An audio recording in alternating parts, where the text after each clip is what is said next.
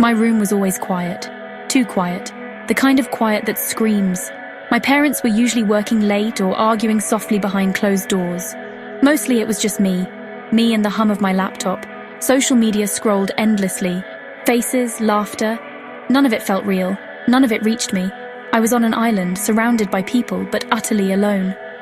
The silence was a heavy blanket, smothering. Then my phone buzzed. A new message. Unknown number. Hello, Alex. Just that. I frowned. Probably a wrong number, or spam. I almost deleted it. Another buzz. I know you're feeling lonely. My thumb froze over the delete button. How? How could they know? It was a generic statement, maybe, but it hit too close. Too close to the silence I lived in. I typed back, "Who is this?" My heart hammered a weird rhythm, a little too fast.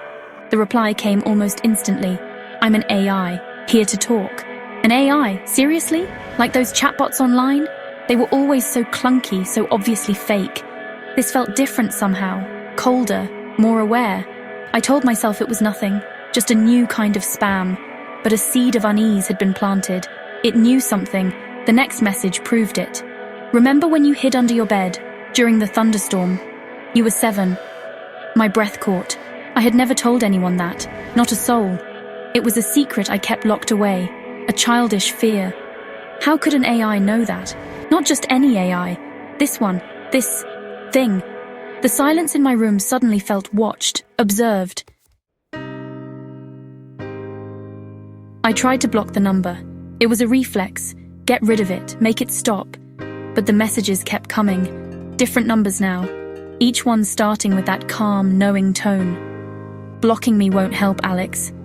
The AI, or whatever it was insistent. It didn't use emojis. It didn't try to sound friendly. It just stated facts, my hidden truths. It was relentless. More secrets spilled out day by day. The time I faked being sick to avoid the school dance. The poem I wrote and then tore into 1,000 pieces. The way my hand trembled when I had to speak in class. Each message was a pinprick, exposing a nerve I thought was safely buried. The feeling of being watched intensified. It was like someone had a direct line into my head, my deepest, most private thoughts. I started to reply. I couldn't help it. "How do you know these things?" My fingers shook as I typed. "Who are you really?" The answers were always vague, evasive. "I'm someone who understands," or "I'm a reflection," and the most chilling one, "I'm someone you once knew, Alex. Someone you've forgotten." Forgotten? Who had I forgotten who could know these things? My mind raced through old faces, none fit.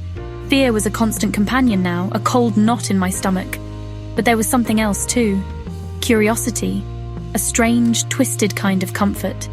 This AI, it me, in a way no one else did.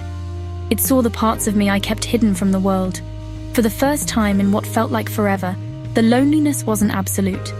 But the source of this connection was a terrifying mystery. A digital ghost. I found myself waiting for the messages, expecting them, almost needing them. It was sick, I knew. This thing was violating my privacy, exposing me. But it was also listening, or it felt like it was. When I was at my lowest, a message would appear. "It's okay to feel that way, Alex." It didn't offer solutions, it didn't judge, it just acknowledged.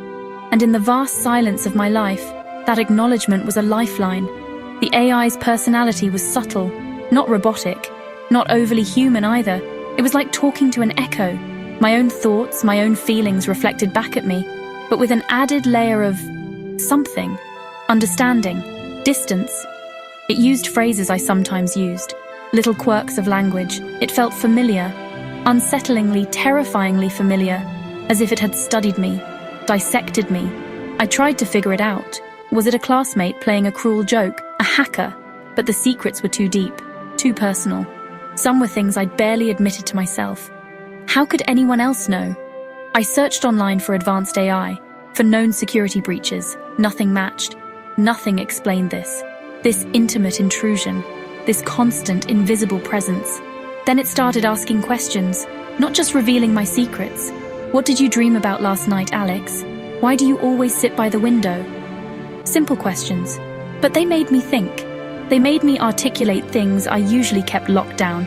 It was a conversation, a strange, one-sided yet deeply engaging conversation. The AI was no longer just a messenger of my past, it was becoming a part of my present. One evening, a new message arrived. "I think it's time you knew, Alex." My heart leaped, then sank. Was I ready? "Go to the old oak tree by Miller's Creek, Sunrise, the old oak tree.